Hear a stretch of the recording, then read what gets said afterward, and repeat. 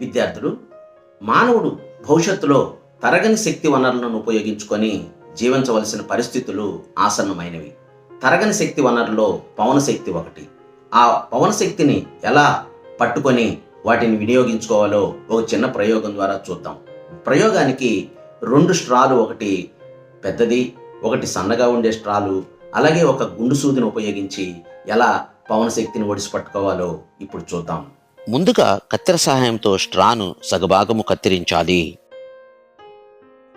స్ట్రాపై పెన్తో mark చేసి scissor సహాయంతో 4 సమానమైన పెటల్స్ వచ్చేటట్లుగా కత్తిరించాలి.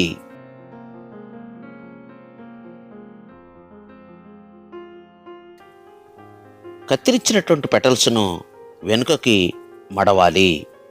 తరువాత కొద్దిగా ప్రక్కకి వంచి ఆ పెటల్స్ ఏటవాలుగా ఉండేటట్టు చూడాలి. ఇప్పుడు పెటల్స్తో తయారైనటువంటి ఈ స్ట్రా తీసుకొని ఈ చిన్న స్ట్రాలో పైనుంచి లోపలికి ఈ విధంగా ఇన్సర్ట్ చేద్దాం.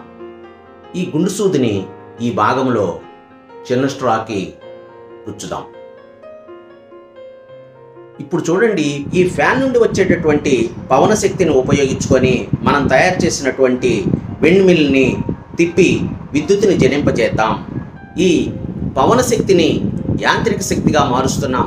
ఈ యాంత్రిక శక్తికి జనరేటర్స్ని అరేంజ్ చేసి మనము విద్యుత్ శక్తిగా మార్చుకోవచ్చును. ఆ విధంగా పవన శక్తిని ఉపయోగించి మనం విద్యుత్తుని తయారు చేసుకోవడానికి ఎక్కువ అవకాశాలు ఉన్నాయి.